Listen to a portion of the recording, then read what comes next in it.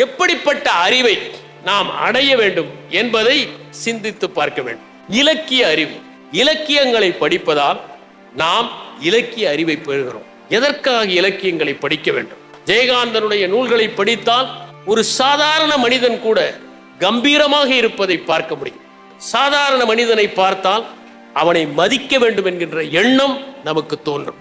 ஒரு ரிக்ஷா எடுக்கிறவனை பார்த்தால் அவர்களும் மனிதர்கள் தான், அவர்கள் பண்புள்ளவர்கள் என்று அழைப்பதற்கு தோன்றும். இலக்கியம் படிக்கிற போதுதான் எளிய மக்களை நாம் நேசிக்க முடியும், அவர்களை நாம் பண்போடு நடத்த முடியும். சங்க இலக்கியங்களை படிக்கிற போதுதான் நாம் எவ்வளவு செறிவாக வாழ வேண்டும், இயற்கை சார்ந்து வாழ வேண்டும் என்பதை உணர முடியும். இன்று தாவரவியல் படிக்கிற மாணவர்களிடம் கூட 99 மலர்களின் பெயரை சொல் என்றால் தெரியாது.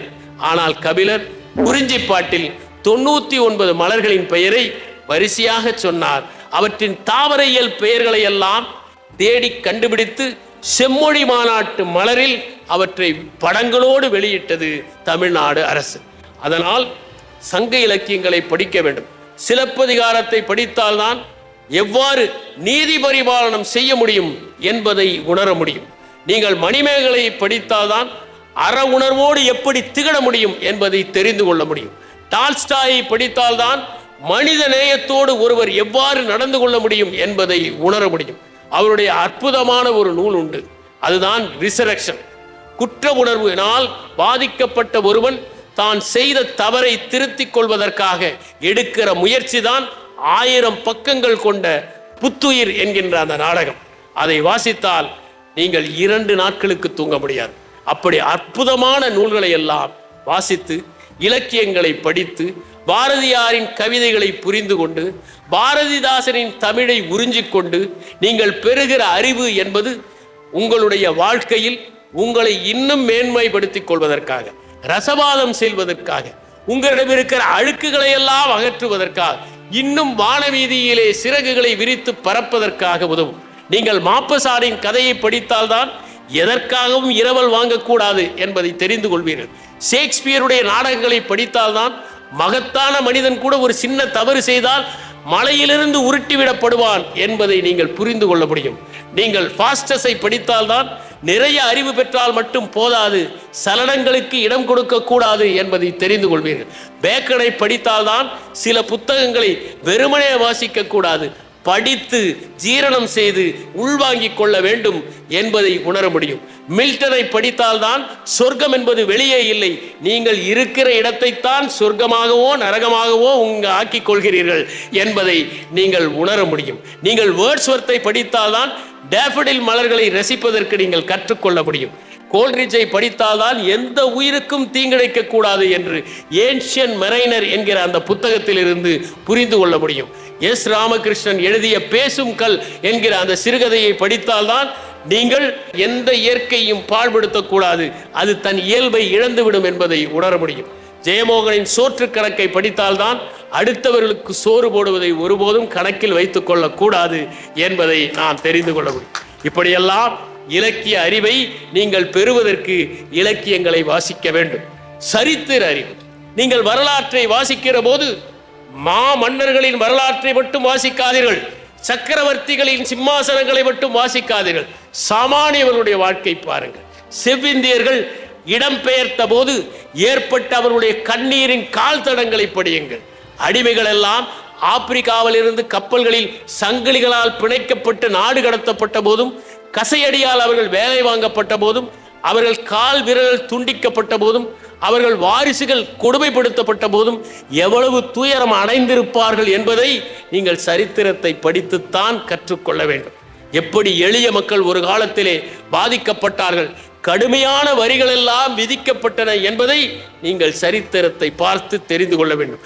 அதே நேரத்தில் மக்களுக்காக வாழ்ந்த மன்னர்கள் எப்படி இருந்தார்கள், எப்படி தலைவர்கள் என்பவர்கள் பிறப்பினால் வரவில்லை, திறமையினால் வளர்ந்தார்கள் என்பதையும் நீங்கள் அறிந்து கொள்வதற்கு நிச்சயமாக வரலாற்றை படிப்பது அவசியம். நீங்கள் பொருளாதாரத்தை படிக்க வேண்டும். 50 ஆண்டுகளுக்கு முன்னால் 2 மிதிவண்டிகள் இருந்தாலே அந்த வீடு பணக்கார வீடு. ஆனால் இன்று ஒவ்வொரு வீட்டிலும் 4 கார்கள் நிற்கிற அளவிற்கு நம்முடைய பொருளாதாரம் வேறு திசையிலே சென்று கொண்டிருக்கிறது. பொருளாதாரத்தை பற்றி நீங்கள் படிக்கிற போது பணத்தின் மதிப்பை தெரிந்து கொள்ள வேண்டும். எப்படி வரவு செலவு பட்டியல் தயாரிக்கப்படுகிறது என்பதை புரிந்து கொள்ள வேண்டும். பற்றாக்குறை பட்ஜெட் என்றால் என்ன என்பதை நீங்கள் உணர வேண்டும். ஒரு காலத்திலே வங்காளத்திலே ஒரு பஞ்சம் ஏற்பட்டது. அது உணவு உற்பத்தி இல்லாததால் அல்ல, விளைந்த தானியங்கள் எல்லாம் இங்கிலாந்திலே இருக்கிற சிப்பாய்களுடைய உணவுக்காக எடுத்து செல்லப்பட்ட காரணத்தால் வங்காளத்திலே மனிதர்களாக உருவாக்கிய பஞ்சத்தினால் பலர் மடிந்து போனார்கள். அப்போது வங்காளத்திலே மக்கள் மடிகிறார்கள், தானியங்களை நாம் அனுப்ப வேண்டும் என்று ஒருவர் குறிப்பு எழுதி வைத்த போது சர்ச்சில் சொன்னதாக ஒரு தகவல் உண்டு. அப்படி இந்தியாவிலே மக்கள் செத்தால் ஏன் காந்தி இன்னும் சாகவில்லை என்று கேட்டதால். நீங்கள் மிசோரத்திலே திடீரென மூங்கில்கள் எல்லாம் பூத்து விட்டன. அதனால் எலிகளின் எண்ணிக்கை அதிகமாயின. அவை தானியங்களை எல்லாம் தின்று தீர்த்தன. அப்போது உரிய நேரத்தில் அங்கே தானியங்கள் அனுப்பப்படாத காரணத்தால் தான் ஒரு புரட்சி படை உருவானது. எனவே நாம் வீரங்களிகளில் மட்டும் புரட்சி வருவதில்லை, மூங்கில்களிலும் புரட்சி வரும், புல்லாங்குழல்களிலும் புரட்சி வரும் என்பதை பொருளாதாரத்தை பற்றி படிக்கிற போது புரிந்து கொள்ளலாம். சட்டத்தை பற்றி நாம் அறிந்து கொள்ள வேண்டும். எதற்காக? நம்முடைய அரசியலமைப்பு சட்டம் எவ்வாறு உருவாக்கப்பட்டது, அந்த அரசியலமைப்பு சட்டத்தின் முகவரியில் என்னெல்லாம் குறிப்பிடப்பட்டிருக்கிறது என்பதை தெரிந்து கொள்ள வேண்டும். நம்முடைய அடிப்படை கடமைகள் என்ன, அடிப்படை உரிமைகள் என்ன, ஒரு சட்ட திருத்தத்தை கொண்டு வருவதற்கு என்ன வழிமுறைகள் இருக்கின்றன, ஒரு மாநிலத்தை உருவாக்க வேண்டும் என்றால் அந்த மாநிலத்தை எவ்வாறு உருவாக்க முடியும், மாநிலத்தின் சம்மதத்தோடு உருவாக்க முடியுமா, சம்மதம் இல்லாமல் உருவாக்க முடியுமா என்பதையெல்லாம் நாம் தெரிந்து கொள்வதற்கு அரசியல் அமைப்பு சட்டத்தை நாம் படிக்க வேண்டும். அரசியல் அமைப்பின் அடிப்படை கூறுகளை மாற்றக்கூடாது என்று கேசவானந்த் பாரதி என்கின்ற வழக்கில் ஒரு தீர்ப்பு சொல்லப்பட்டது. அந்த தீர்ப்பை நாம் அனைவரும் தெரிந்து கொள்ள வேண்டும். ஏனென்றால் அதுதான் நம்முடைய அடிப்படை கூறுகள் மாற்றப்படாமல் இருப்பதற்கான முக்கியமான காரணம். மொழியியல் அறிவையும் பெற்றிருக்க வேண்டும். நம் தமிழ் மொழியின் சிறப்பு என்ன, சிறப்பு எழுத்துக்கள் ர ந போன்றவை, இந்த மொழியின் சொற்றொடர்கள் எப்படி இருக்கின்றன, மற்ற மொழிகளோடு ஒப்பிடுகிற போது தமிழ் மொழி எவ்வாறு இயங்குகிறது, தமிழ் மொழியியல் என்ன என்பதை புரிந்து கொள்ள வேண்டும். தமிழிலே சொற்களுக்கு எதிர்காலம் உண்டு, நிகழ்காலம் உண்டு, இறந்த காலம் உண்டு. ஆனால் ஆங்கிலத்தில் இறந்த காலமும் நிகழ்காலமும் உண்டு, ஆனால் எதிர்காலம் இல்லை. ஏனென்றால் இன்னொன்றை சேர்த்தால்தான் எதிர்காலம் வரும். கம் கேம், வில் கம் என்று எழுத வேண்டும். அந்த வில்லை போட்டால்தான் நாம் எதிர்காலத்தை உருவாக்க முடியும். இவற்றையெல்லாம் தெரிந்து கொள்வதற்கு, நம் மொழி குடும்பத்தை பற்றி அறிந்து கொள்வதற்கு, உலக மொழி குடும்பங்களை பற்றி நாம் புரிந்து கொள்வதற்கு, எப்படி உச்சரிக்க வேண்டும் என்பதை அறிந்து கொள்வதற்கு மொழியியல் அறிவு மிகவும் தேவை. அடுத்தது பண்பாட்டு அறிவு. நம்முடைய பண்பாட்டை பற்றி நீங்கள் அறிய வேண்டும் என்றால், ஒரு காலத்திலே எப்படி விருந்தோம்பல் இருந்தது. விருந்து என்றால் உறவினர்கள் அல்ல, சித்தப்பா மகனும் அத்தை மகளும் அல்ல, அறியாதவர்கள் தான் தமிழ்நாட்டில் விருந்தினர்களாக கருதப்பட்டார்கள். உங்கள் இல்லத்துக்கு வருகிறவர்கள் எல்லாம் விருந்தினர்கள் தான். அவர்களுக்கு நீங்கள் யாழை அடகு வைத்து, வாளை அடகு வைத்து உணவு உண்பதற்கு வசதிகள் செய்ய வேண்டும் என்பதை பண்பாட்டில் இருந்து தெரிந்து கொள்கிறோம். வீரம் எப்படிப்பட்டது இருந்தது என்பதை நாம் புரிந்து கொள்ள வேண்டும். மகனை போர்க்களத்தில் இழந்தால் அவன் முதுகிலே கத்தி பாய்ந்திருக்கிறதா அல்லது நெஞ்சிலே வேல் பாய்ந்திருக்கிறதா என்று பார்க்கிற தாய்மார்கள் இருந்தார்கள். வீரமரணம் அடைந்தவர்களை நடுகள் இட்டு கொண்டாடி வழிபட்டார்கள் தமிழர்கள் என்பதை புரிந்து கொள்ள வேண்டும். துணிச்சலோடு எப்படி வாழ வேண்டும், மானத்தோடு எப்படி வாழ வேண்டும். தண்ணீரை குடிப்பதற்கு கேட்டு சிறைச்சாலையில் காவலன் கொடுக்கவில்லை என்பதற்காக உண்ணா நோன்பு இருந்து இறந்தவர்களை பற்றி தெரிந்து கொள்வதற்கு நாம் பண்பாட்டை பற்றிய அறிவை புரிந்து கொள்ள வேண்டும். பண்பாட்டின் அறிவு தெரிந்தால்தான் நாமும் பண்பாடோடு நடந்து கொள்ள முடியும். நம் சக மனிதர்களை நேசிக்க முடியும், நாம் அவர்களிடம் அன்பு காட்ட முடியும், நட்பு காட்ட முடியும். இவற்றிற்கெல்லாம் பண்பாடு பற்றிய அறிவு தேவை. அடுத்தது நாகரிகம் பற்றிய அறிவு. நாகரிகத்திற்கும் பண்பாட்டிற்கும் என்ன வேறுபாடு? நாகரிகம் என்பது வீட்டை சுத்தமாக வைத்துக் கொள்வது, பண்பாடு என்பது வீதியையும் சுத்தமாக வைத்துக் கொள்வது. அதுதான் வேறுபாடு.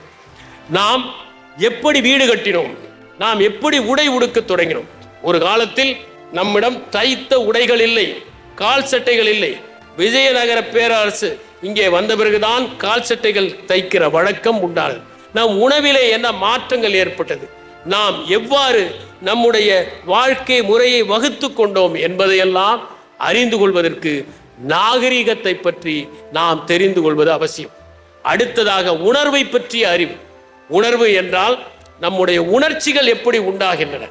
மனிதன் ஒரு ஆபத்தை சந்தித்தால் ஒன்று அவன் எதிர்க்கிறான் அல்லது ஓடுகிறான். ஏன் இது ஏற்படுகிறது? அவனுக்கு கோபம் ஏன் ஏற்படுகிறது? அச்சம் ஏன் ஏற்படுகிறது? அவனுக்கு விரக்தி ஏன் ஏற்படுகிறது? அவனுக்கு எப்படி மன அழுத்தம் ஏற்படுகிறது என்பதையெல்லாம் அறிந்து கொள்வதுதான் உணர்ச்சிகளை பற்றிய அறிவு. எவன் ஒருவன் தன்னுடைய உணர்ச்சிகளை கட்டுப்பாட்டிலே வைத்துக் கொள்கிறானோ அவன் மற்றவர்களை எளிதில் சந்தித்து அவனிடம் வெற்றியை சாதித்துக் கொள்கிறான். அதனால் உணர்ச்சிகளை பற்றிய அறிவு முக்கியம். அடுத்ததாக உணவை பற்றிய அறிவு. நம்முடைய உணவிலே என்ன சத்து இருக்கிறது? எதை சாப்பிட்டால் உடலுக்கு நல்லது? இப்போது நீங்கள் எந்த உணவகத்திற்கு சென்றாலும் எது உடலுக்கு அதிக கேடு விளைவிக்குமோ அதுதான் அதிகமாக விற்பனையாகிறது என்பதை நீங்கள் பார்க்கலாம். பதப்படுத்தப்பட்ட உணவை சாப்பிடுவதால் என்ன கோளாறுகள் ஏற்படும்? துரித உணவை சாப்பிடுவதால் உங்கள் குடல் எப்படி பாதிக்கப்படும்? நான் ஹவு நாட் டு டை என்கிற புத்தகத்தை வாசித்தேன். அதிலே ஒரு தகவல் இருக்கிறது. நீங்கள் அதிக பழங்களையும் காய்கறிகளையும் நார்ச்சத்து உள்ள உணவையும் சாப்பிட்டால் உங்களுக்கு புற்றுநோய் கூட வராது, உங்களுக்கு அல்சைமர் வராது, உங்களுக்கு ஞாபக மறதி வராது. எனவே நாம் சாப்பிடுகிற உணவில் சத்து இருக்கிறதா, வைட்டமின் இருக்கிறதா, அதிலே புரதம் இருக்கிறதா, அதிலே கொழுப்பு இருக்கிறதா என்பதையெல்லாம் தெரிந்து கொண்டு உண்பதுதான் உணவை பற்றிய அறிவு. முதலில் நாம் எதை சாப்பிடுகிறோம் என்பதை தெரிந்து கொண்டால்தான் சாப்பிடுவது நமக்கு நல்லதா இல்லையா என்பதை தெரிந்து கொள்வதோடு எவ்வளவு சாப்பிடலாம் என்பதையும் வரையறை செய்து கொள்ள முடியும். மகத்தான மனிதர்கள் கூட உணவை சரியாக உண்ணாத காரணத்தால் மடிந்து போகிறார்கள் என்பதை பார்த்திருக்கிறோம். கீட்ஸினுடைய கல்லறையில் ஒரு வாசகம் இருந்ததாக நான் படித்திருக்கிறேன். இந்த மனிதன் தன்னுடைய நாக்கை கட்டுப்படுத்தாத காரணத்தால் தான் இறந்து போனார் என்று. அதை போல எண்ணற்றோர் இறந்து போவதற்கு காரணம் உணவை பற்றிய அறிவு இல்லாததுதான் என்பதை நாம் புரிந்து கொள்ள முடியும். அடுத்ததாக அறிவியல் பற்றிய அறிவு. இந்த உலகம் எப்படி தோன்றியது? நாம் எப்படி தோன்றினோம்? பரிணாம வளர்ச்சி என்றால் என்ன? பலருக்கு இன்னும் புரிவதில்லை. சிம்பன்சிக்கும் மனிதனுக்கும் உள்ள தொடர்பு என்ன? எப்படி மனிதன் படிப்படியாக முன்னேறினான்? எப்போது பேச கற்றான்? எப்போது வேளாண்மையை கற்றான் என்பதையெல்லாம் தெரிந்து கொள்வது அறிவியல் அறிவு. அதே போல மரபுக்கூறு என்றால் என்ன? எந்த நோய்கள் மரபுக்கூறால் வருகின்றன? ஏன் ஆண்களுக்கு மட்டும் வழுக்கை வருகிறது? ஏன் ஆண்களுக்கு மட்டும் இரவிலே பார்வையற்ற தன்மை வருகின்றன என்பதையெல்லாம் தெரிந்து கொள்வதற்கு அறிவியலை படிக்க வேண்டும். ஒரு தாவரவியலை படித்தால்தான் செடிகளை இன்னும் ஆழமாக புரிந்து கொள்ள முடியும். நீங்கள் உயிரியலை படித்தால்தான் விலங்குகளை பற்றி இன்னும் நிறைய கற்றுக்கொள்ள முடியும். நீங்கள் வேதியியலை படித்தால்தான் ரசாயனங்கள் எவ்வாறு செயல்புரிகின்றன என்பதை தெரிந்து கொள்ள முடியும். இயற்பியலை படித்தால்தான் வண்ணங்களை பற்றியும் ஒளிகளை பற்றியும் நீங்கள் புரிந்து கொள்ள முடியும். இப்படி அறிவியல் அறிவு என்பது ஒரு மனிதனுக்கு அத்தியாவசியமான ஒன்று. அடுத்ததாக நாம் அதிகம் தெரிந்து கொள்ள வேண்டிய ஒன்று காலமுறை மாற்றம் என்பது. இன்று உலகம் முழுவதுமே காலமுறை மாற்றம் நிகழ்ந்து கொண்டிருக்கிறது. குறுகிய நேரத்தில் அதிக அளவிற்கு மழை பெய்கிறது. இதனால் மாநகரங்கள் எல்லாம் தண்ணீர் சூழப்பட்டு காட்சியளிக்கின்றன. ஓராண்டு பெய்கிற மழை 10 நாட்களில் பெய்து தீர்க்கிறது. ஒரு மாதத்தில் பெய்கிற மழை ஒரு நாளில் பெய்கிறது. இதனால் அந்த தண்ணீர் செல்ல வழி இல்லை. தண்ணீர் செல்கிற வழிகளில் எல்லாம் நாங்கள் கட்டடங்களை கட்டி வைத்திருக்கிறோம், நாங்கள் அவற்றை ஆக்கிரமித்திருக்கிறோம். இதனால் அந்த தண்ணீர் செல்ல முடியாத நிலை. உலகம் வெப்பமயமாக ஆகிக் கொண்டிருக்கிறது, நாம் அப்பமயமாக ஆகிக் கொண்டிருக்கிறோம். ஒரு வாரம் வரை நாம் பனியினால் பரிதவித்தோம், இன்று வெயிலால் நாம் காய்ந்து கொண்டிருக்கிறோம். இவையெல்லாம் காலமுறை மாற்றத்தினால். பூட்டானில் அந்த பிரதம மந்திரி ஒரு அற்புதமான உரையை நிகழ்த்தினார். மற்றவர்கள் எல்லாம் கார்பன் நியூட்ரல் என்று சொல்வார்கள், ஆனால் நாங்கள் பூட்டானிலே கார்பன் நெகட்டிவ் என்பதை வைத்திருக்கிறோம். ஏனென்றால் எங்களிடம் 60% வனங்கள் இருக்கின்றன என்று குறிப்பிட்டார். எனவே நாம் இந்த காலமுறை மாற்றத்தை எவ்வாறு சந்திப்பது என்பதை அறிந்து கொள்வதற்கு அதை பற்றிய அறிவு நமக்கு தேவை. மாசு எப்படி ஏற்படுகிறது? நாம் அனைவருமே தொடர்ந்து இந்த இயற்கையில் மாசு ஏற்படுத்தி கொண்டே இருக்கிறோம். இன்று மாநகரங்களில் ஓடுகின்ற வாகனங்கள் உமிழ்கின்ற கார்பன் மிகவும் அதிகமாக இருக்கிறது. ஆனால் அவற்றை உறிஞ்சிக் கொள்வதற்கு போதிய அளவிற்கு மரங்கள் நம்மிடம் இல்லை. அது மட்டும் இல்லை, காற்று மாசுபடுகிறது, நீர் மாசுபடுகிறது, மண் மாசுபடுகிறது. ரசாயன பொருட்களை அதிகம் பயன்படுத்துவதால் சில நேரங்களில் பூச்சிகள் கூட எதிர்ப்பு சக்தியை வளர்த்துக் கொள்கின்றன. அதனால் எவ்வளவு மருந்து அடித்தாலும் அவை சாவதில்லை. ஒரு காலத்தில் நம் வீட்டிலே சில கொசு விரட்டிகளை வைத்தால் கொசுக்கள் வராது. இப்போது அவற்றை தான் அதிகம் சுற்றி கொண்டிருக்கின்றன. ஏனென்றால் அவற்றின் மனத்தை அவையும் ரசிக்க ஆரம்பித்து விட்டன. அந்த அளவிற்கு சுற்றுச்சூழல் பாதிக்கப்படுகிற போது நாம் அவற்றை எவ்வாறு பாதுகாப்பது? இன்று காற்றிலே பேசுவதனால் மக்களுடைய சத்தம் அதிகரித்து கொண்டிருக்கிறது. நீங்கள் ஒரு வீட்டிற்கு சென்றால் அந்த வீட்டிலே அமைதியே இல்லை. ஏனென்றால் ஒரு பக்கம் கணனி இயங்கிக் கொண்டிருக்கிறது, இன்னொரு பக்கம் தொலைக்காட்சி ஓடிக்கொண்டிருக்கிறது. வீட்டில் இருக்கிற 4 பேரும் 4 பேரோடு கைபேசியிலே பேசி கொண்டிருக்கிறார்கள். உள்ளே கிரைண்டர் ஓடிக்கொண்டிருக்கிறது, அருகிலேயே மிக்சி இயங்கிக் கொண்டிருக்கிறது, இன்னொரு இடத்தில் வாஷிங் மிஷின் ஓடிக்கொண்டிருக்கிறது. இத்தனை சத்தங்கள் காதிலே விழுந்தால் நாம் 12,000 ஹெர்ட்ஸ் வரை கேட்கலாம் என்று சொன்னேன். அது 5,000 குறைந்துவிடும் என்பதுதான் உண்மை. அதனால் அதை பற்றியும் நாம் அறிந்து கொள்வது அவசியம். அதை போலவே சுற்றுச்சூழலை பற்றியும் மனங்களை பற்றியும் நாம் தெரிந்து கொள்ள வேண்டும். நாம் எவ்வளவுதான் நினைத்தாலும் இயற்கை உற்பத்தி செய்கிற ஒரு மரத்தை போல செயற்கையாக செய்ய முடியாது. ஏனென்றால் இயற்கையாக உற்பத்தி செய்கிற ஒரு மரம் வீரியம் மிக்கதாக இருக்கும். இன்னொன்றையும் நான் சொல்ல விரும்புகிறேன். மனிதன் நட்ட மரங்களை விட மண்ணே நட்ட மரங்கள் தான் அதிகம். கரங்கள் நட்ட மரங்களை விட காற்றே நட்ட மரங்கள் தான் அதிகம். அப்படி மரங்கள் எல்லாம் நடப்பட வேண்டும் என்றால், மரங்களை காப்பாற்ற வேண்டும் என்றால் சுற்றுச்சூழல் பற்றிய அறிவு நமக்கு தேவை. மண் சார்ந்த மரங்களை நாம் நடுவதற்கு முயற்சி செய்ய வேண்டும். அப்படி மண் சார்ந்த மரங்களை நட்டால் அவர் கார்பனை உறிஞ்சிக் கொள்ளும். இப்போது கார்பன் டை ஆக்சைடு என்று சொல்லப்படுகின்ற அந்த வாயு காற்று மண்டலத்தில் 0.03% தான் இருக்க வேண்டும். அது அதிகரித்து கொண்டு இருக்கிறது என்று சொல்கிறார்கள். அது அதிகரித்தால் பனிமலைகள் எல்லாம் உருகும்.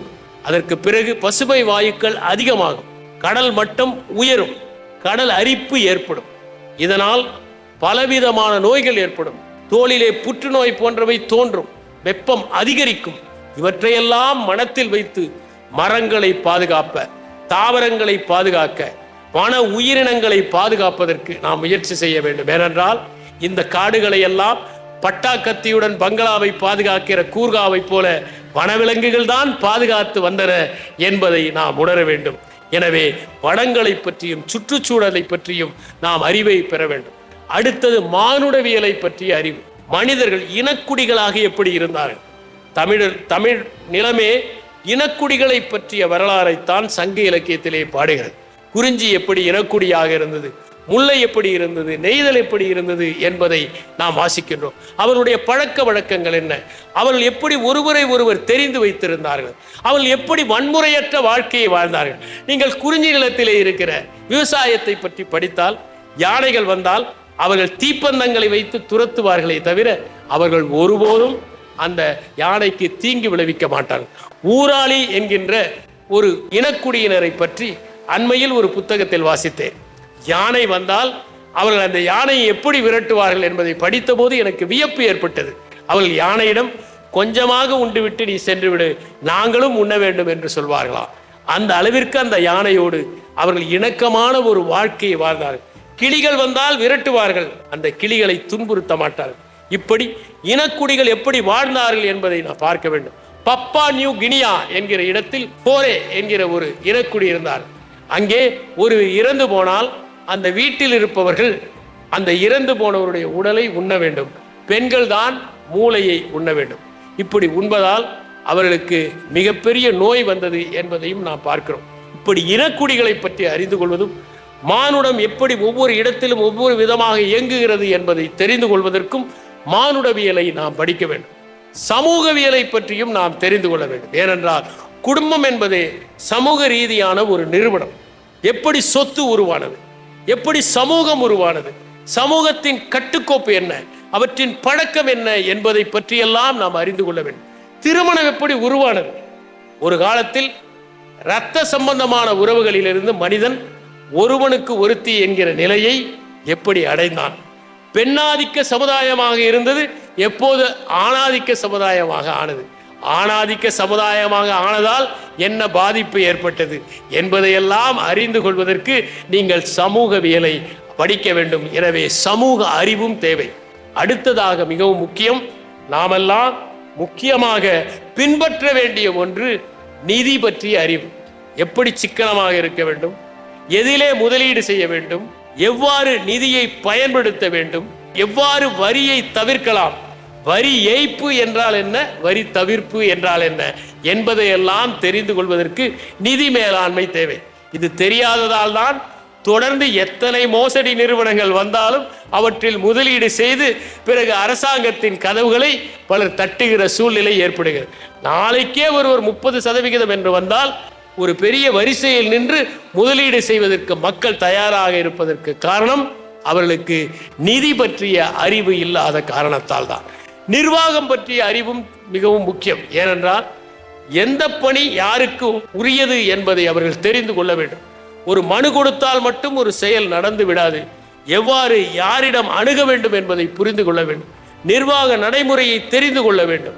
எவற்றிற்கு நாம் மனு கொடுத்தால் பயன் இருக்கும் என்பதையும் யாரை அணுக வேண்டும் என்பதையும் தெரிந்து கொள்வதும் நிர்வாகத்தின் முக்கியமான ஒரு கூறு என்று நான் நினைக்கின்றேன். அடுத்ததாக வாழ்வியல் பற்றிய அறிவு. வாழ்க்கையின் நோக்கமே மகிழ்ச்சியாக இருப்பதுதான். மகிழ்ச்சியை நாம் தியாகம் செய்துவிட்டு எதை பெற்றாலும் அதனால் பயனில்லை. மிகப்பெரிய பதவியை பெற்றும் மகிழ்ச்சி இல்லை என்றால் அதனால் என்ன பயன் என்பதை உணர்த்துவதற்கு நம்மிடம் நிறைய கதைகள் இருக்கின்றன. ஒரு கதையை மட்டும் உங்களுக்கு சொல்கிறேன். ஒரு மன்னன் அரசாட்சியை செய்கிறான். ஆனால் அவனுக்கு எப்போதும் துன்பம், எப்போதும் துயரம். ஒரு நாள் அவன் ஒரு முனிவரை காட்டிலே சந்தித்து, என் அரசாட்சி எனக்கு துன்பம் தருவதாக இருக்கிறது, நான் என்ன செய்வது என்று கேட்கிறான். ஒன்றுமில்லை, அரச பதவியில் என்னை உட்கார்ந்து வைத்துவிடு, நான் சொல்வதை மட்டும் நீ செய் என்கிறார். அவருக்கு அரச பதவி, ஆனால் அவர் சொல்வதையெல்லாம் இவன் செய்கிறான். எல்லாம் நன்றாக நடந்து கொண்டிருக்கிறது. ஆனால் அவன் மகிழ்ச்சியாக இருக்கிறான். அந்த துறவியும் மகிழ்ச்சியாக இருக்கிறார்.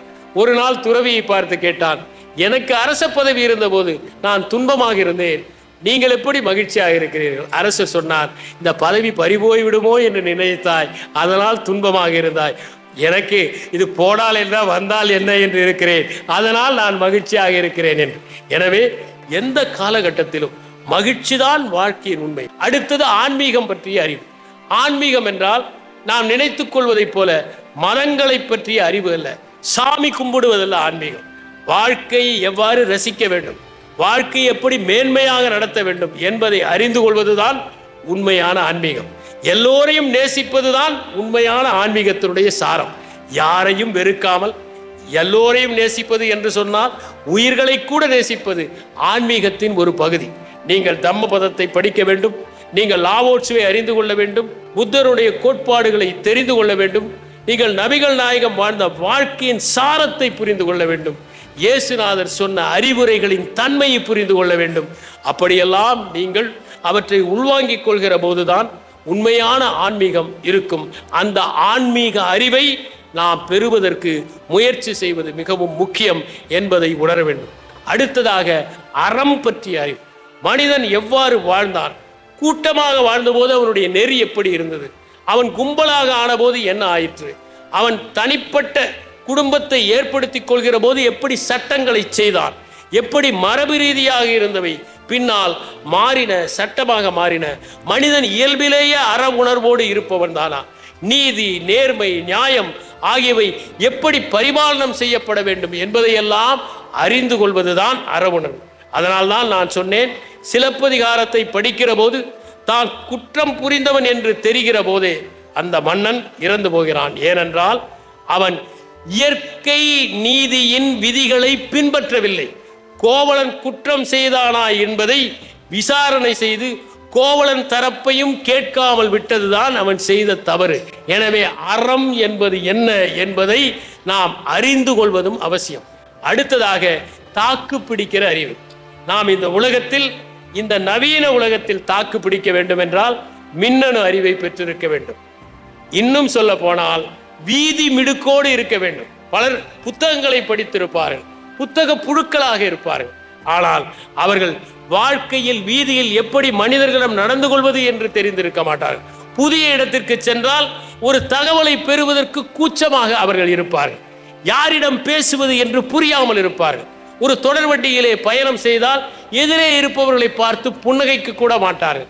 இவர்களெல்லாம் தாக்கு பிடிக்கின்ற அறிவை பெறாமல் இருக்கிறார்கள். அதுவும் முக்கியம். தொல்லியல் சார்ந்த அறிவு.